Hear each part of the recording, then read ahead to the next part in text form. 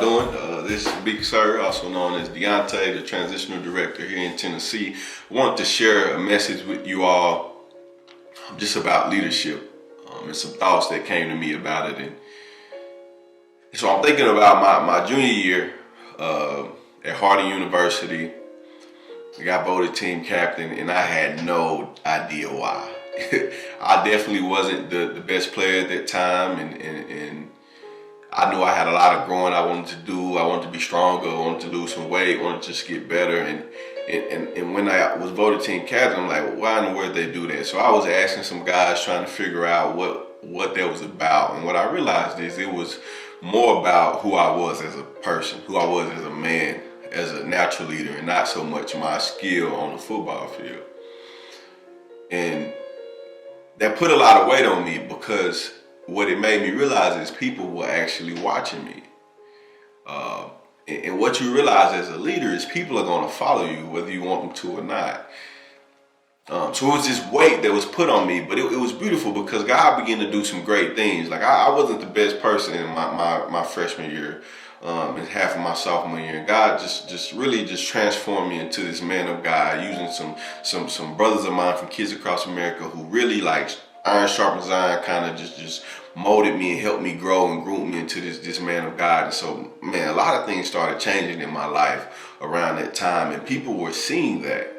They saw that I was different, I lived different, and I really was a man of my word. And so God started showing me that people were following me through this volunteer organization that some football players started years ago, that we really were only working with Harding Academy at first, one school in our town, and we started expanding it and going to Augusta, another town over, and Ball Knob, and other towns, and other schools in Searcy. And we just started growing. It's no telling how big Bison Buddies is now. Shout out Bison Buddies, but more and more football players started wanting to be a part of it, and we started growing this thing. It was huge. We started this little football devo, and at first it was really just the defensive line, and then more and more people started coming to it, and we would sit down and we would talk about, we would call them wins and losses of the day. Like, man, I got a dub today, or I took an L today, and we just discussed successes of that day and failures of that day in regards to our life spiritually, and we would just sit there and hash it out, and it was so fruitful to watch the team grow that way. But one of the cool things was, I believe in my senior year, I started sharing the gospel with somebody from the other team. In my play, like, I got to do it whether we win or lose. I got to, because that's way more important than winning a football game. And as the year went on, more and more football players, some of my teammates, started doing the exact same thing. So it was just beautiful to see people following that lead. So we get down to our last game. We went 13. We won 13 straight. This epic season. We ended up losing to the team that would win the championship. And I remember, man, like, wow, feeling that hurt and kind of sadness from the loss, but also just realizing that it's so much more important to share the gospel at the end of this game, and grabbing a brother and praying with him and sharing the gospel with him, but the beautiful part of it for me was seeing other teammates of mine doing the exact same thing. It meant so much, just to see the fruit of what we started at the beginning of the season, and how it had evolved to people to my teammates who were obviously hurting just as well as I was from the loss, but still deemed it more important to share the gospel and to pray for another player from the opposing team. So that was just this huge deal. But I also thought about, man, how impactful is that for that other team who knew our journey and knew they had just beat us and ended our season. But to hear and see guys care more about their spiritual walk than the game was I bet was so impactful for that other team. And so God, man, just constantly revealing that people are following you, and you have this great responsibility of a leader, was amazing. But the more important thing I learned from that is anybody will follow you if anybody can be a leader if you're winning 13 games in a row and you know you can get up and give an exciting speech and rile everybody up because you're winning. But what do you do when you experience loss? What do you do when things aren't going great? And that's when people really begin to watch you and see how you lead. What do you do in the midst of chaos? Just a question I've been pondering, because right now in the midst of this coronavirus stuff, trying to figure out, okay, God, what do you want me to do now? When we have restrictions, when we have all this stuff going on, what do we do now in the midst of all of this? And that's when you really figure out, like, man, am I a leader? Because if you're a leader in the good times and in the bad. See, but what's cool is if we look in John 13, Jesus is sitting down around his disciples, and the word reads that he realized that God has given him all authority.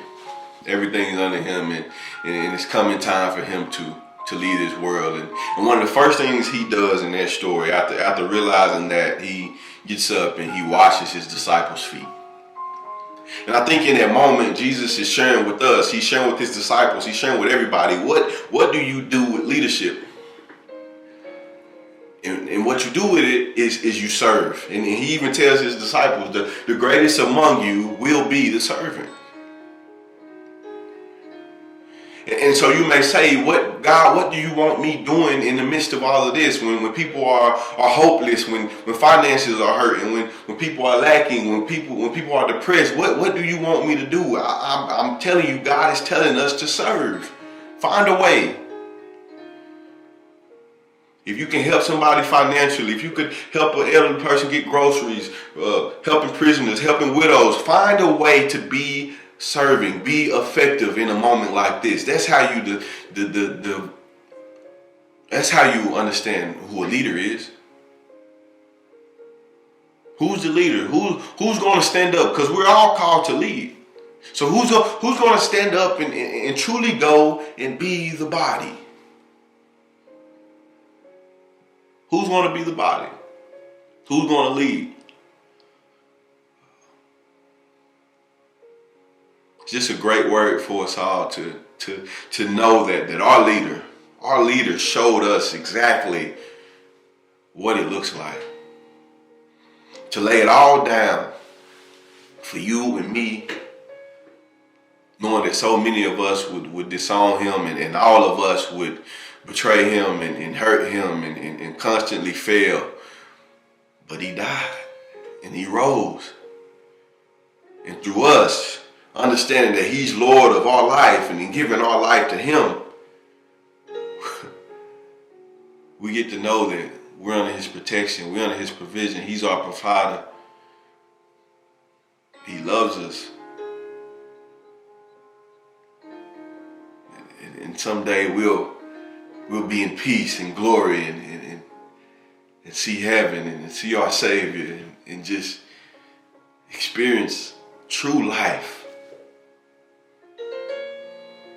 No pain, no suffering.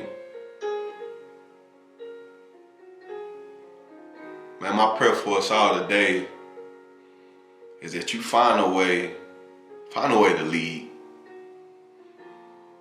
Lead in your houses, lead in your communities. Find a way to lead. Because everybody wants to say and be positive when everything's going good, when we have the greatest economy. But what do we do now? And my prayer is that in the midst of all of this, you find a way to serve.